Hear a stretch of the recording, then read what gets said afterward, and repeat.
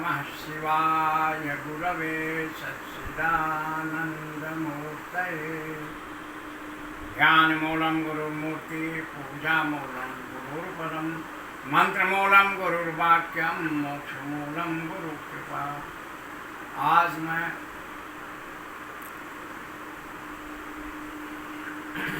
उपासना के विषय में कुछ रहस्यात्मक बातें समाज के समक्ष रख रहा हूँ। यह सत्य है, सर्वविदित है कि परमात्मा जो है घट घट व्यापी है। तो परमात्मा के रूप में, शक्तिमान के रूप में हम उन चीज़ों की पूजा अर्चना करते हैं जो हमारे लिए कल्याणकारी हैं। तो इसमें क्या अपराध है? यह सत्य है कि परमात्मा उसमें है। तो भारत के प्राचीन मनीषियों ने बहुत दूरदृष्टि की भावना से इन चीज़ों को स्थापित किया। हमारे यहाँ प्रकृति के स्रोत सूर्य, चंद्रमा, नक्षत्र, तारे, पृथ्वी, जल, अग्नि, वायु, आकाश इत्यादि तत्वों को पूज्य माना गया है। ये देवता माने जाते हैं, इनकी पूजा होती है। यह स्पष्ट है कि हमारे जीवन काल में इनसे सहयोग मिलता है, हमारा जीवन सुव्यवस्थित रहता है। भारत की संस्कृति में नदी, पहाड़, वन, तालाब, जल स्रोत इत्यादि पूज्य माने जाते हैं। इनकी पूजा की विधियां बताई गई हैं। अब विचारणीय विषय है कि इनको पूज्य मानने से लाभ क्या है।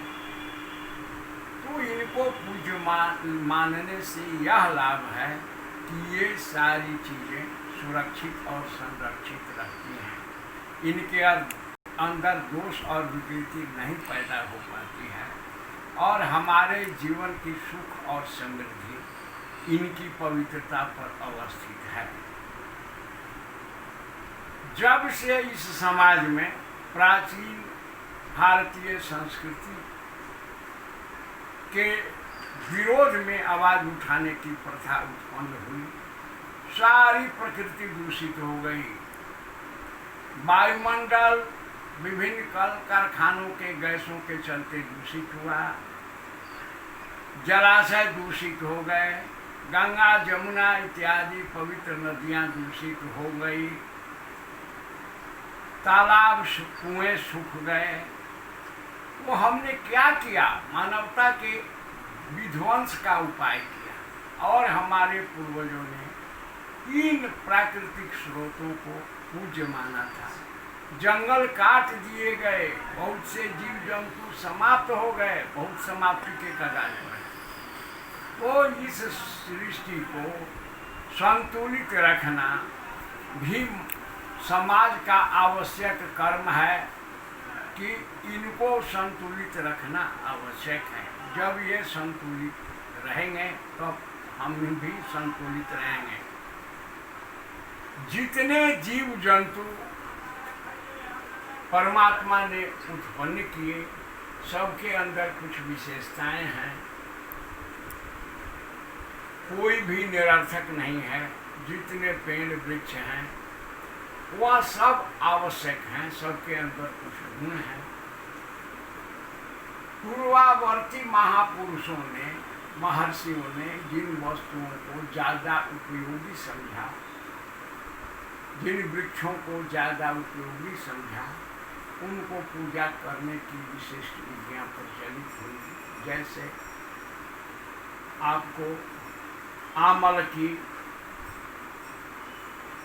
आम्र वृक्ष, बड़, पीपल, गुल्लक, परकटी यानी पाकड़,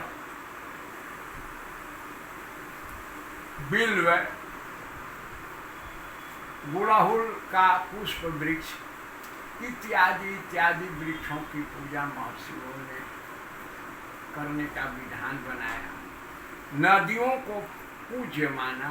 गंगा जमुना इत्यादि नदियाँ देवी स्वरूपा मानकर पूजी जाती थी। वनों की पूजा वनस्पति देवी के रूप में होती थी। पर्वत हमेशा से पूजनीय रहे। इसका परिणाम क्या हुआ? समाज सुरक्षित रहा, रोग से मुक्ति रही, प्राकृतिक संतुलन रहा। प्राकृतिक संतुलन के बगैर हम अपने स्वस्थ और सुखी नहीं रह सकते हैं। इन विज्ञान को समझने के कारण महर्षियों ने प्रकृति पूजन का महत्व दिया। बहुत से जीव जंतु भी पूज्य माने जाते हैं। गाय को हिंदू संस्कृति में, सनातन संस्कृति में माता माना जाता है। गाय के अंदर सभी देवताओं का निवास माना जाता है। हाथी, घोड़ा, कुत्ता, ये सभी पूज्य हैं, माने जाते हैं, क्योंकि इन्होंने मानवीय जीवन में बहुत सा सहयोग कार्य किया है। इतिहास के पन्नों को उलटिएगा तो महाराणा प्रताप के जीवनी में सबसे प्रिय जीवात्मा के रूप में चेतक घोड़ा और राम प्रसाद हाथी का वर्णन मिलता है, जो महाराणा प्रताप को अपने प्राणों से बढ़कर प्रिय थे। अलाउद्दौला के जमाने में